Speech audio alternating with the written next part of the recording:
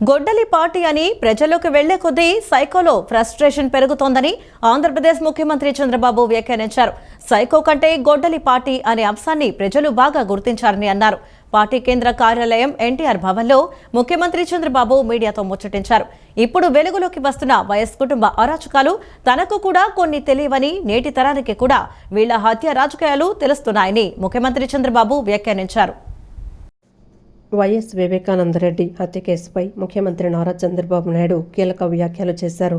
తన తండ్రిని ఎవరు చంపారో తెలుసుకునే హక్కు వివేక కుమార్తె సునీత్కుందన్నారు. ఆమె పోరాటం కారణంగానే ఇప్పటికీ వివేక హత్య కేసు సజీవంగా ఉందన్నారు. సునీత పోరాటంలో న్యాయం, ధర్మం ఉన్నాయని ముఖ్యమంత్రి పేర్కొన్నారు. ఈ సందర్భంగా మీడియాతో చిట్చాట్ నిర్వహించి పలు కీలక అంశాలను సీఎం చంద్రబాబు వెల్లడించారు. వైఎస్ జగన్మోహన్ రెడ్డి కుటుంబ చరిత్ర, హత్యా రాజకీయాల గురించి ప్రస్తుత తరానికి తెలుస్తోందని ముఖ్యమంత్రి చంద్రబాబు చెప్పారు. వైఎస్ కుటుంబం అరాచకాల గురించి తనకు కూడా కొన్ని విషయాలు తెలియవని, ఇప్పుడు అవన్నీ బయటకొస్తున్నాయని పేర్కొన్నారు. 30 ఏళ్ల క్రితం వచ్చిన కడప జిల్లాలో పాలెగాళ్ల రాజ్యం పుస్తకాన్ని ఇప్పుడు అందరూ చదువుతున్నారని తెలిపారు. సైకో కంటే గొడ్డలి పార్టీ అనే పేరును ఆంధ్రప్రదేశ్ ప్రజలు బాగా గుర్తించారన్నారు. గొడ్డలి పార్టీ అనే ప్రచారం ప్రజల్లోకి బలంగా వెళ్లే కొద్దీ జగన్లో అసహనం పెరుగుతోందని ఎద్దేవా చేశారు. హత్యా రాజకీయాలు చేసిన వారు రాష్ట్రాన్ని పరిపాలించవచ్చు, కానీ బాధితులు మాత్రం జిల్లా రాజకీయాలు చేయకూడదా అంటూ సీఎం చంద్రబాబు ప్రశ్నించారు. నక్సలైట్లు తుపాకులతో రాజ్యాధికారాన్ని సాధించలేకపోయారని, అలాగే గొడ్డలి పార్టీతో వీళ్ళు రాజకీయాలు ఎలా చేస్తారంటూ ప్రశ్నించారు. అసలు ప్రజాస్వామ్యానికి వీళ్ళు ఎలా సరిపోతారంటూ వైసీపీ, జగన్మోహన్ రెడ్డిని ఉద్దేశించి ముఖ్యమంత్రి చంద్రబాబు వ్యాఖ్యలు చేశారు.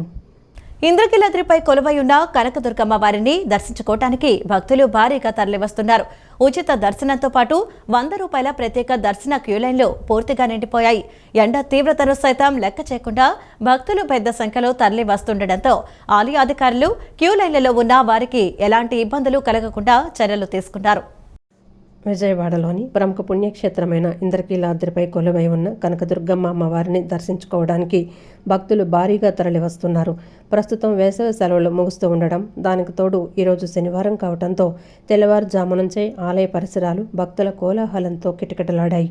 తెలుగు రాష్ట్రాల నలుమూలల నుండి తరలివచ్చిన భక్తులతో కొండపైన క్యూలైన్లలో రద్దీ ఏర్పడింది. విశేషంగా తరలివచ్చిన భక్తుల కారణంగా ఉచిత దర్శనంతో పాటు ₹100 ప్రత్యేక దర్శన క్యూలైన్లు పూర్తిగా నిండిపోయాయి. భక్తులు అమ్మవారి దర్శనం కోసం గంటల తరబడి లైన్లలో వేచి ఉండాల్సి వస్తోంది.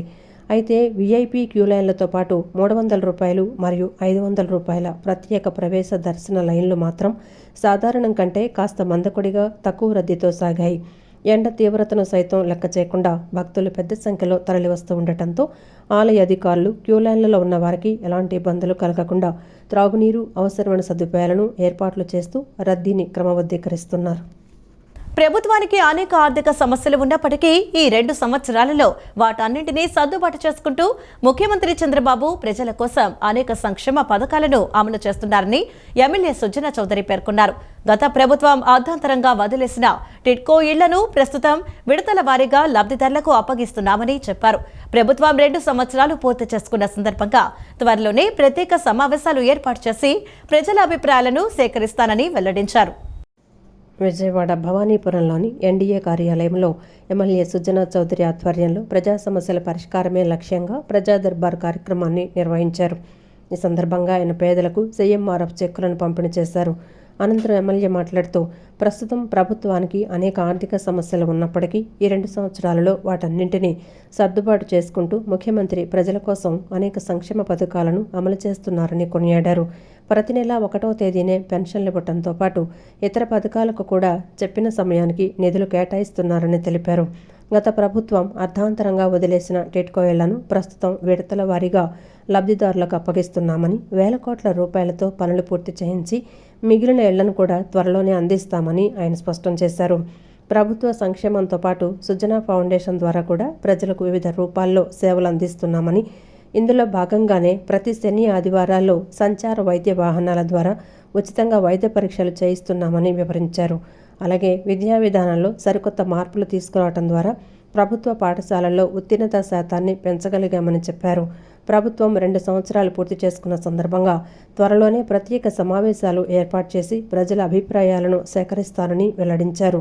ప్రజా దర్బార్ ద్వారా ప్రజల నుంచి స్వీకరించిన అర్జీలను నిశితంగా పరిశీలించి సంబంధిత శాఖల అధికారులకు పంపిస్తూ సమస్యలను త్వరితగతిన పరిష్కరిస్తామని ఎమ్మెల్యే సుజనా చౌదరి హామీ ఇచ్చారు. 2 సంవత్సరాలు అయిన సందర్భంగా అందరితో పాటు నేను కలిసి తెలుసుకుంటే ప్రభుత్వానికి ఆర్థిక సమస్యలు అనేక ఉన్నప్పటికీ కూడా ఈ 2 సంవత్సరాల్లో అన్నీ సర్దుకొని ప్రజలకి ఎన్ని విధాలుగా అయితే పెన్షన్స్ అప్లై చేయడం కానీ, ఇప్పుడు టిట్కో ఇల్లులు కూడా మన 600 ఇల్లులు అలాట్మెంట్ చేసి రిలీజ్ చేయడం జరిగింది. దాంతోపాటు CM relief fund, Aarogyasri payments అవన్నీ కూడా మీట్ అవుతూ ఉన్నాం. ప్రజలకి ఇంకేదన్నా సమస్యలు అంటే విద్య, వైద్యం అయితే మాత్రం మా సుజనా ట్రస్ట్ నుంచి కూడా స్పెషల్గా ప్రతి శనివారాలు పెట్టి వీలైనంత వరకు ప్రజల్ని సిక్ అవ్వకుండా, అంటే సిక్ కేర్ కాకుండా ప్రివెంటివ్ సిక్నెస్ అన్నమాట, సిక్ కాకుండా ఎన్ని విధాలుగా చేస్తే అన్ని విధాలుగా మేము ప్రయత్నం చేస్తున్నాం. తెలుగుదేశం పార్టీ ఆవిర్భావం నుంచి మహిళా సంక్షేమం, సాధికారతకు పెద్దపీట వేస్తూ వస్తుందని ప్రభుత్వ విప్ విజయవాడ సెంట్రల్ నియోజకవర్గం ఎమ్మెల్యే బోండా ఉమామహేశ్వరరావు తెలిపారు. పార్టీ వ్యవస్థాపకులు నందమూరి తారక రామారావు మహిళలకు ఆస్తిలో సమాన హక్కు కల్పించి దేశ రాజకీయ చరిత్రలో సంచలనాత్మక నిర్ణయం తీసుకున్నారని గుర్తు చేశారు. అనంతరం ముఖ్యమంత్రి నారా చంద్రబాబు నాయుడు దీపం, డ్వాక్రా వంటి పథకాల ద్వారా మహిళల ఆర్థిక స్వావలంబనకు బాటలు వేశారన్నారు. ఇప్పుడు అదే స్ఫూర్తితో నారా లోకేష్ మహిళలకు పార్టీ పదవులు, నామినేటెడ్ పోస్టులు మరియు ఎన్నికల్లో 33% రిజర్వేషన్ కల్పించే నిర్ణయం తీసుకోవటం మహిళల్లో కొత్త ఉత్సాహాన్ని నింపిందన్నారు. మహిళలకు 33% రిజర్వేషన్ కల్పిస్తూ మహానాడులో తీసుకున్న చారిత్రాత్మక నిర్ణయానికి సంఘీభావంగా తెలుగు మహిళా కమిటీ ఆధ్వర్యంలో సింగనగర్లోని విజయవాడ సెంట్రల్ నియోజకవర్గ ఎమ్మెల్యే బోండా ఉమామహేశ్వరరావు కార్యాలయం వద్ద ముఖ్యమంత్రి చంద్రబాబు, మంత్రి నారా లోకేష్ చిత్రపటాలకు పాలాభిషేకం కార్యక్రమం ఘనంగా నిర్వహించారు. ఈ కార్యక్రమంలో ప్రభుత్వ వైపు సెంట్రల్ నియోజకవర్గ ఎమ్మెల్యే బోండా ఉమామహేశ్వరరావు పాల్గొన్నారు.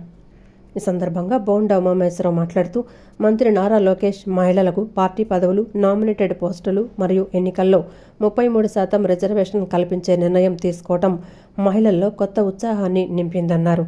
ఈ నిర్ణయం ద్వారా డివిజన్ స్థాయి నుంచి రాష్ట్ర స్థాయి వరకు మహిళల భాగస్వామ్యం పెరిగి రాజకీయాల్లో వారి పాత్ర మరింత బలోపేతం అవుతుందని పేర్కొన్నారు.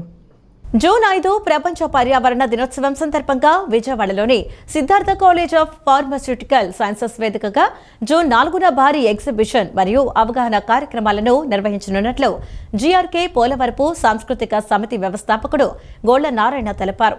చిన్నతనం నుంచే పిల్లల్లో పర్యావరణ స్పృహ కల్పించాలనే ఉద్దేశంతో రమేష్ ఇలాంటి కార్యక్రమాలు చేయడం అభినందనీయమన్నారు. జూన్ 5 ప్రపంచ పర్యావరణ దినోత్సవం సందర్భంగా విజయవాడలోని Siddhartha college of pharmaceutical sciences వేదికగా జూన్ 4న భారీ ఎగ్జిబిషన్ మరియు అవగాహన కార్యక్రమాలను నిర్వహించనున్నారు. Dream arts gallery, Siddhartha college of pharmaceutical sciences, జీఆర్కే Polavarapu సాంస్కృతిక సమితి, ఎన్టీఆర్ జిల్లా కలెక్టరేట్ విభాగం, భాషా సాంస్కృతిక శాఖ, రూట్స్ హెల్త్ ఫౌండేషన్, సర్వోదయ మండలి మరియు సర్వోదయ ట్రస్ట్ సంయుక్త ఆధ్వర్యంలో ఈ కార్యక్రమం జరగనుంది. ఈ ఈవెంట్కు సంబంధించిన ఫ్లయర్ ఆవిష్కరణ కార్యక్రమం కళాశాల ప్రాంగణంలో జరిగింది. ఈ సందర్భంగా Siddhartha college of pharmaceutical sciences principal doctor ఏ సునీత్ మాట్లాడుతూ పర్యావరణ దినోత్సవాన్ని కేవలం ఒకరోజు వేడుకగా కాకుండా భావితరాల కోసం భూమిని రక్షించే బాధ్యతగా ప్రతి ఒక్కరూ గుర్తించాలని పిలుపునిచ్చారు. ఈ ఏడాది ఎన్టీఆర్ జిల్లా కలెక్టర్ ఆధ్వర్యంలో పాఠశాల, కళాశాల విద్యార్థులకు వివిధ పోటీలు నిర్వహించి విజేతలకు బహుమతులు అందజేయనున్నట్లు తెలిపారు. ఇది మనందరి యొక్క రెస్పాన్సిబిలిటీ.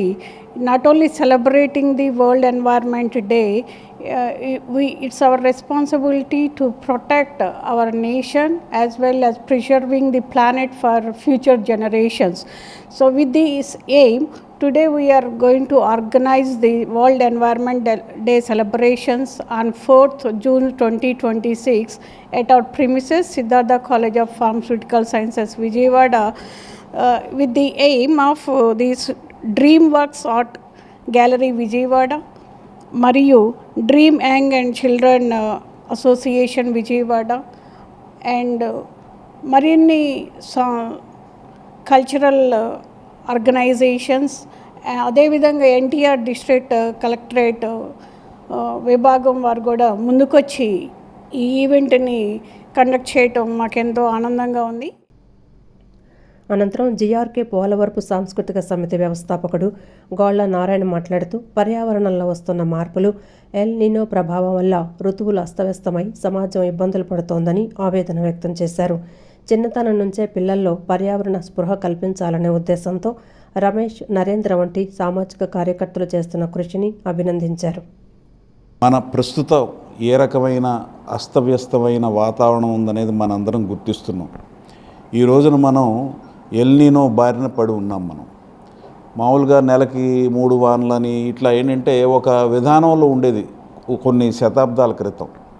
ఈ ఇండస్ట్రియలైజేషన్ మూలంగా కానీ అలాగే ఈ పర్యావరణాన్ని రక్షించుకోవాలనే ఆ ఇంగితం కొరవట్టం మూలంగా కానీ చాలా వాతావరణంలోని సమతుల్యత దెబ్బతిని ఎప్పుడైతే మనకు వానలు పడాలో అప్పుడు పడట్లేదు, ఎప్పుడైతే చలికాలం ఉండాలో అలా ఉండట్లేదు, వాతావరణము ఋతువులు అన్నీ మారిపోయినాయి. ఈ మారిపోవటం అనే ఆ దుష్ఫలితాలు ఈ రోజున మనం అనుభవిస్తున్నాం. తర్వాత మన జనరేషన్స్ కూడా ఇటువంటి దుష్ఫలితాల బారిన పడకూడదనే ఉద్దేశంతో అనంతరం dream arts gallery director Ramesh మాట్లాడుతూ గత 25 ఏళ్లుగా తమ సంస్థ రాష్ట్ర, జాతీయ స్థాయిలో అనేక సాంస్కృతిక కార్యక్రమాలను నిర్వహిస్తోందని తెలిపారు.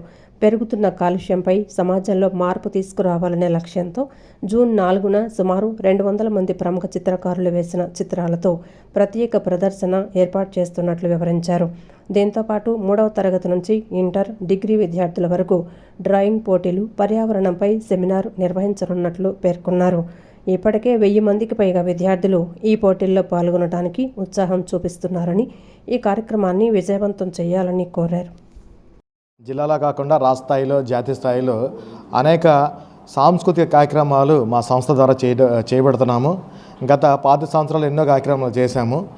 రేపు జూన్ 5 ప్రపంచ పర్యావరణ దినోత్సవ సందర్భంగా సిద్ధార్థ బి ఫార్మసీ కాలేజీలో డిస్ట్రిక్ట్ కలెక్టరేట్, మన ఇండియా డిస్ట్రిక్ట్ కలెక్టరేట్ వారి సహకారంతో, అలానే కల్చరల్ డిపార్ట్మెంట్, భాషా సాంస్కృతిక శాఖ వారి సహకారంతో, అలానే మిగతా సంస్థలు కొన్ని ఉన్నాయి ఇక్కడ. మరి రూట్ హెల్త్ ఫౌండేషను, తర్వాత సర్వోదయ మండలి, సర్వోదయ ట్రస్టు, జీఆర్కే పోలవరం సాంస్కృతిక సమితి వారి సహకారంతో ఇలా విజయవాడలో కొన్ని ప్రముఖ సంస్థలతో మేము ఈ కార్యక్రమం నిర్వహిస్తున్నామండి. దీని ముఖ్య ఉద్దేశం ఏంటంటే పర్యావరణం మనం ఎంతో అనుభవిస్తున్నాం. పర్యావరణంలో కాలుష్యం ఎక్కువ పెరిగిపోవడం వల్ల మనం ఏం చేయలేకపోతున్నాం. ప్రపంచ దేశాల్లో చాలామంది కూడా చాలా ఇబ్బందులతో ఎదుర్కొంటున్నారు.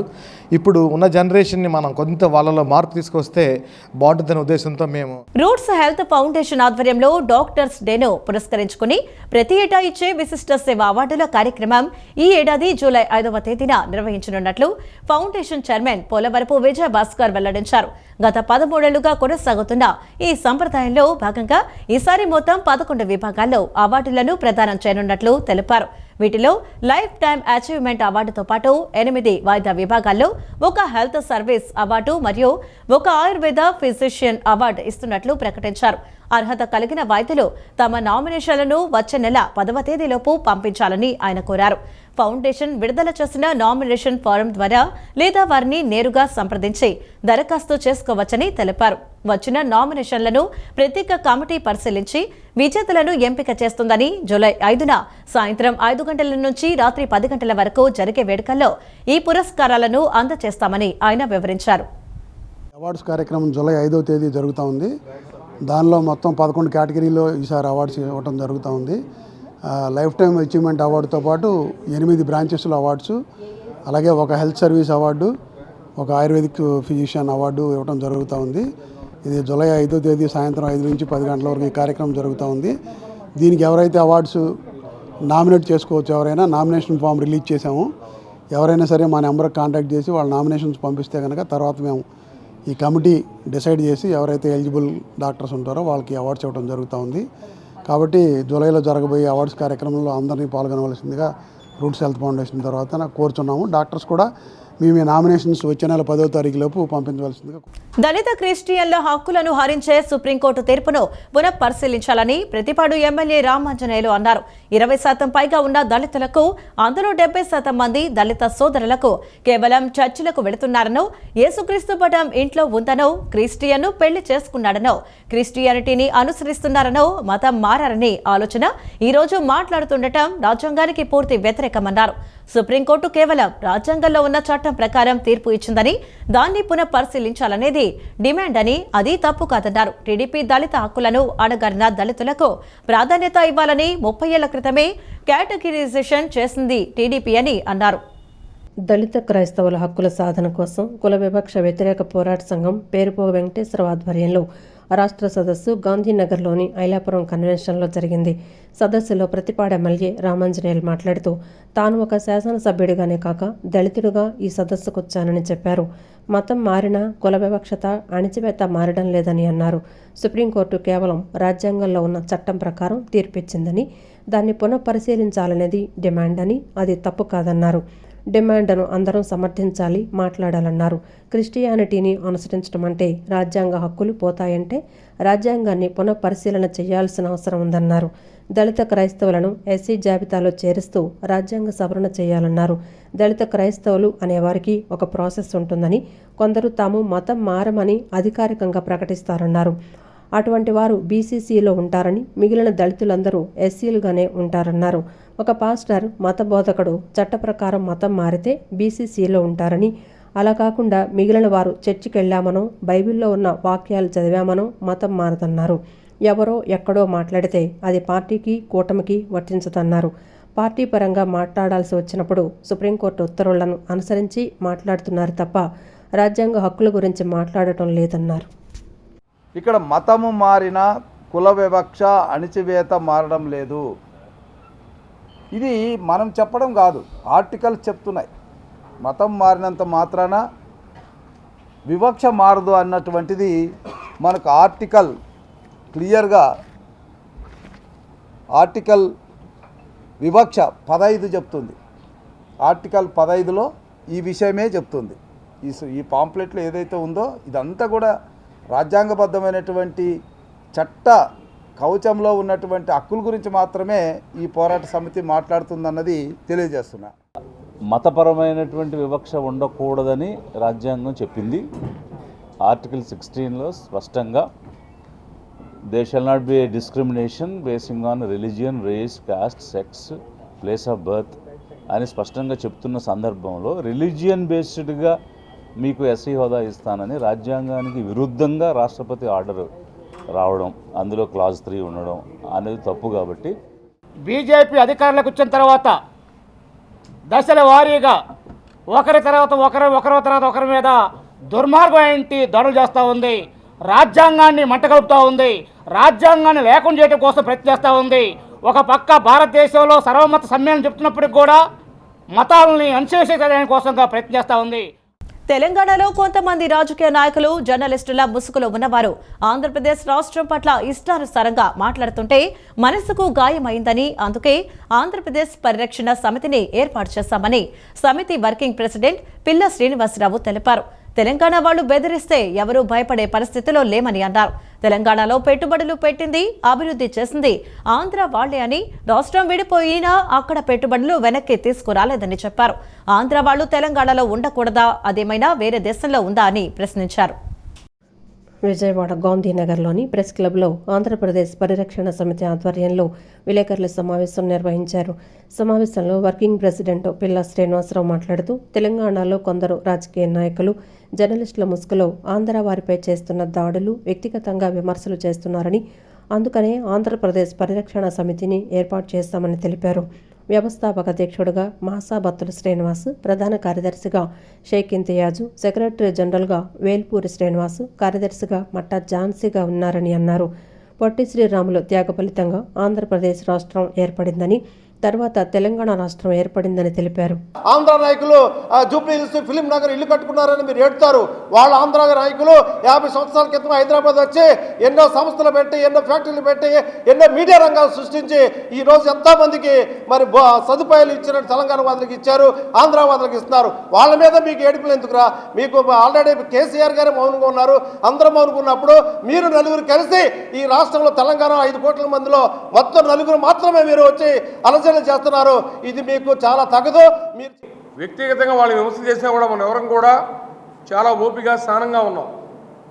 ఈరోజు మళ్ళీ కొంతమంది వారి యొక్క కుతంత్రులతో ప్రొఫెసర్ నాగేశ్వర వెనక పృథ్వీరాజ్ గారు, అలాగే వాసు యాదగిరి కొంతమంది ప్రెస్ క్లబ్లో మీట్లు పెట్టి ఇష్టం వచ్చినా మాడుతున్నారు. ప్రొఫెసర్ నాగేశ్వరరావు గారు వీళ్ళందరినీ ముందుకు తోలి ఇష్టాసారంగా మాట్లాడుతుంటే చాలా బాధ కలుగుతుంది. అది మేము చూసి ఇంకా వీరు ఆంధ్రప్రదేశ్ ప్రజల్ని ఇష్టం వచ్చి మాట్లాడుతుంటే చాలా మనసుకు గాయమైంది. రాష్ట్రం మొత్తంలో కూడా, దేశం మొత్తంలో కూడా ఆంధ్రులంటే ఒక మర్యాద కలిగిన వ్యక్తులుగా, ఒక మంచి వ్యక్తులుగా, ఒక నైసర్గికంగా కూడా ఒక గుర్తింపు ఉంది. ఈ గుర్తింపుని మీరు పోగొట్టుకునేలా ఉన్నారు. మీ వల్ల మీ వెనక ఉన్న వాళ్ళు ఎవరన్నా ఉంటే, మిమ్మల్ని ఆడిస్తున్న నాయకులు ఎవరన్నా ఉంటే వారి ఇంటికి వెళ్ళి మీరు విందు భోజనాలు చేసుకోండి, పండుగలు పబ్బాలు చేసుకోండి. అంతేగాని ఆంధ్రప్రదేశ్ని మాత్రం మీరు విమర్శిస్తే ఆంధ్రప్రదేశ్ మరి సినిమా తీయాలంటే ఎవరైనా బాలకృష్ణ, చిరంజీవో ఇంకొకళ్ళ సినిమాలు తీయాలంటే మీరంతా DNA టెస్ట్ చేసుకోవాలి, డ్రగ్స్ టెస్ట్ చేసుకోవాలి అన్నారు. అంటే ఇది ఏమన్నా తెలంగాణ ఏమన్నా మీ అయ్య జాగీరా? మీరు ఏం మాట్లాడుతున్నారు? మీరు ఫస్ట్ మీరు కల్తీగా ఉన్నారు కాబట్టి మీరు DNA టెస్ట్ చేసుకోండి. అసలు మీ తల్లిదండ్రులు ఎవరో? మీరు తెలంగాణ వాళ్ళ, లేదా నేపాల్ వాళ్ళ, పాకిస్తాన్ వాళ్ళ, చైనా వాళ్ళ అని తెలియాలి. ఈ మధ్యన అర్బన్ నక్సలైట్లు వచ్చారు. వీళ్ళందరి మీద కూడా కఠినమైన చర్యలు తీసుకోవాలి. పవన్ కళ్యాణ్ గారు ఒక మాట అన్నారు, నేను జాలి తెలుస్తున్నా అన్నారు. మీరు ఒక ముఖ్యమంత్రి, ఉప ముఖ్యమంత్రి ఆంధ్రప్రదేశ్కి ఒక నక్సలైట్ మీదో, ఒక సంఘ విద్రోహ శక్తి మీదో, ఒక దేశ ద్రోహం మీదో మీకు జాలి పడతాం ఏంటి? మీకు వాళ్ళ మీద అంత ప్రేమ ఎందుకు? బాలల హక్కులకు భంగం కలగని విధంగా, వారి అభివృద్ధికి కృషి చేసే విధంగా స్నేహపూర్వక బాలల నగరాన్ని నిర్మించేందుకు కృషి చేస్తున్నామని ఎన్టీఆర్ జిల్లా DW and CWED Shaik Ruksana తెలిపారు. అందులో భాగంగా స్వచ్ఛంద సంస్థలతో సమావేశాలు నిర్వహించి అవగాహన కల్పించి వారి భాగస్వామ్యంతో నగరాన్ని బాలల స్నేహపూర్వక నగరంగా తీర్చిదిద్దేందుకు ప్రయత్నిస్తున్నామని అన్నారు. బాలల స్నేహపూర్వక నగరంలో భాగంగా CSO NGO భాగస్వామ్యంతో గాంధీనగర్లోని ఓ హోటల్లో సమావేశం నిర్వహించారు. ఈ సమావేశంలో ఎన్టీఆర్ జిల్లా DW and CWED Shaik Ruksana ముఖ్య అతిథిగా పాల్గొని పోస్టర్ ఆవిష్కరించారు. ఈ సందర్భంగా ఆమె మాట్లాడుతూ పిల్లలకు సంబంధించిన సమస్యలపై చర్చించడానికి ఈ సమావేశం నిర్వహించామని చెప్పారు. అన్ని శాఖలను సమన్వయం చేసుకుంటూ NGO సంఘాలు కూడా కలిసి పనిచేయాలని అనుకుంటున్నామని అన్నారు. మనకు ప్రధానంగా డ్రాప్అవుట్స్, బాల్య వివాహాలు, దత్తత సమస్యలు ఎక్కువగా ఉన్నాయని, బాలల అక్రమ రవాణా అధికంగా ఉందన్నారు. దత్తత అనేది చట్టబద్ధంగా తీసుకోవాలని, బాలల అక్రమ రవాణా జరిగిన వారిని దత్తత తీసుకోవటం చట్ట ప్రకారం నేరమన్నారు. మీ ఉద్దేశం పిల్లలను పెంచుకోవటమైనా వారిపై క్రిమినల్ చర్యలు తీసుకుంటారన్నారు. అన్ని శాఖల వైపు సమయం చేసుకుంటే, అలాగే NGOs కూడా దాన్ని సమర్థవంతంగా కన్వర్జెన్స్ చేసుకుంటూ పిల్లల సంరక్షణకి అందరూ కలిసి పనిచేయాలని కోరుకుంటాం. అలాగే మనకి ఒక రకంగా చెప్పాలంటే ఎక్కువగా ప్రధాన సమస్య ఏంటంటే డ్రాప్ అవుట్, ఆ తర్వాత ఏమో బాల్య వివాహాలు, తర్వాత ఏమో దత్తత. మరీ ముఖ్యంగా ఇక్కడ చైల్డ్ ట్రాఫికింగ్ ఎక్కువ ఉంది. సో మన దగ్గర సాలో కూడా 11 మంది ట్రాఫికింగ్ ద్వారా వచ్చిన పిల్లలు ఉన్నారు. సో అలా దత్తత అనేది చట్టబద్ధంగానే తీసుకోవాలి. ట్రాఫికింగ్ ద్వారా కొనుక్కున్న పిల్లల్ని అలా దత్తత తీసుకుంటే మీ మీద క్రిమినల్ చర్యలు తీసుకోబడతాయి. మీ ఇంటెన్షన్ పిల్లల్ని పెంచుకోవటం అయినా అది క్రిమినల్ చర్యలు తీసుకోబడతాయి. అనంతరం నవజీవన్ బాలభవన్ డైరెక్టర్ అనంతయ్య మాట్లాడుతూ బాలల సంరక్షణ కోసం గత 40 సంవత్సరాలుగా కృషి చేస్తోందన్నారు. బాలలకు కావాల్సిన విద్య, కౌన్సిలింగ్, వసతి సదుపాయాల గురించి చర్చించడానికి ఇక్కడ సమావేశమయ్యామన్నారు. అందరి సూచనలు, సలహాలతో బాలల శ్రేయస్సు కోసం పనిచేయడం జరుగుతోందన్నారు.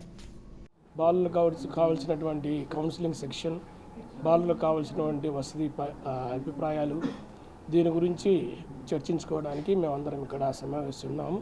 సో ఈ సమావేశానికి వచ్చిన వాళ్ళందరూ కూడా బాలల హక్కుల కోసం పనిచేస్తున్నటువంటి వారు కాబట్టి వారు ఎన్నో సంవత్సరాల నుంచి వివిధ ఎన్జిఓస్ ద్వారా సేవలు చేస్తున్నారు కాబట్టి వారి యొక్క సలహాలు, సూచనలు కూడా తీసుకొని ఈ యొక్క విజయవాడ సిటీలో అందరికీ ఆమోదకరమైన విధంగా బాలల యొక్క శ్రేయస్సు కోసం పనిచేయడానికి ఈ యొక్క సమావేశాన్ని ఏర్పడారు.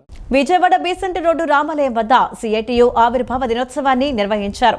సిఐటియు ఎన్టీఆర్ జిల్లా ప్రధాన కార్యదర్శి ఎన్సిహెచ్ శ్రీనివాస్ సిఐటియు పతాకాన్ని ఆవిష్కరించారు. అనంతరం ఆయన మాట్లాడుతూ దేశవ్యాప్తంగా సిఐటియు వ్యవస్థాపక దినోత్సవాన్ని జరుపుకుంటున్నారని అన్నారు. భారతదేశంలో సమాజం రావాలని, కార్మిక వర్గం రాజ్యం రావాలని ఐక్యతా పోరాటం నినాదంతో ఏర్పడిందన్నారు. 8 లక్షల సభ్యత్వంతో ప్రారంభమై నేడు 70 లక్షలకు చేరుకుందన్నారు. పెట్టుబడిదారీ విధానాలకు వ్యతిరేకంగా సమరశీల పోరాటాలు చేయడంలో కీలక పాత్ర పోషించిందన్నారు. కార్మిక వర్గ హక్కుల పరిరక్షణ కోసం పెద్ద ఎత్తున పోరాటాలు చేస్తుందన్నారు. లేబర్ కోడ్లకు వ్యతిరేకంగా కార్మిక సంఘాలను ఏకం చేసి పోరాటం చేస్తుందన్నారు. అసంఘటిత రంగ కార్మికుల సమస్యల పరిష్కారం కోసం పెద్ద ఎత్తున పోరాటం చేస్తుందని తెలిపారు. కేవలం 8 లక్షల సభ్యత్వంతో 1970లో మేము 30వ తారీఖున ఏర్పడినటువంటి సిఐటి ఈరోజు ఇంత వడ్డింత 70 లక్షల సభ్యత్వానికి చేరుకున్నటువంటి పరిస్థితి ఉంది. పెట్టుబడిదారీ విధానానికి వ్యతిరేకంగా పెద్ద ఎత్తున సమరశీల పోరాటాలు చేయడంలో సిఐటి ఒక కీలక పాత్ర పోషించింది. కార్మిక వర్గ హక్కుల పరిరక్షణ కోసం పెద్ద ఎత్తున పోరాటం చేస్తాము. ఈరోజు కూడా లేబర్ కోడ్స్కి వ్యతిరేకంగా కార్మిక వర్గాన్ని సంఘటితం చేసి ఐక్య పోరాటాల రథసారథిగా ఈరోజు సిఐటి ఉంది.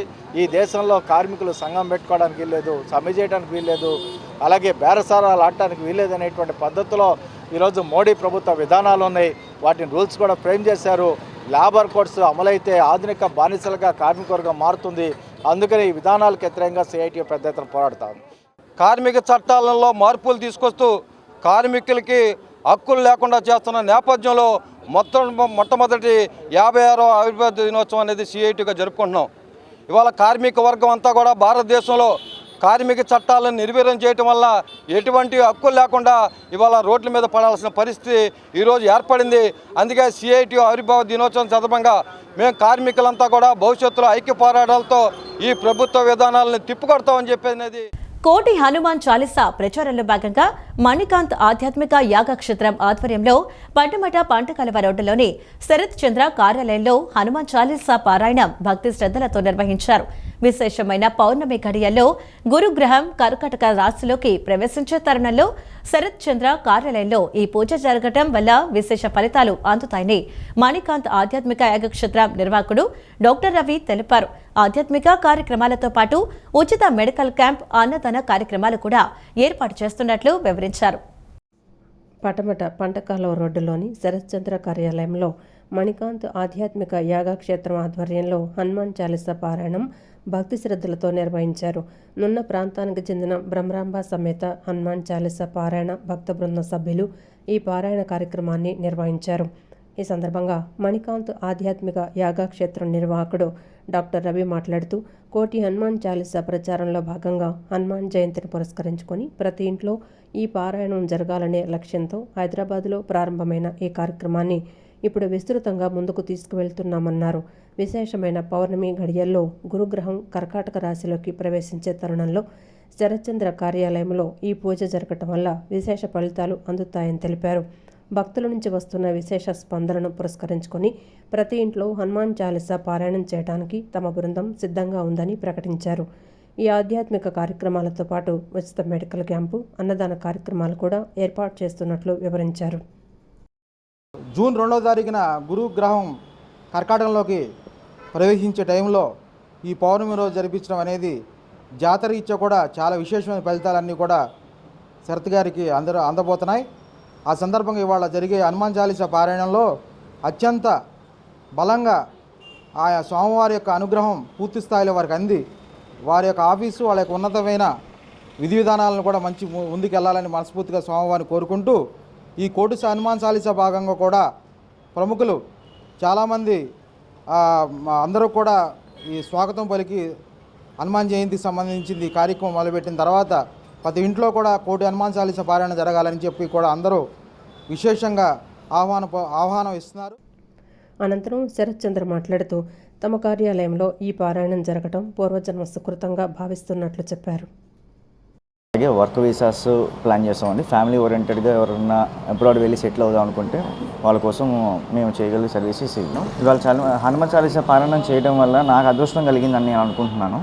ఈ ఆపర్చునిటీ మాకు రవిగా కల్పించారు ఇది. సో ఆల్ ఆఫ్ సడన్ చెప్తే నేను ఇంక వెంటనే కాదనకుండా.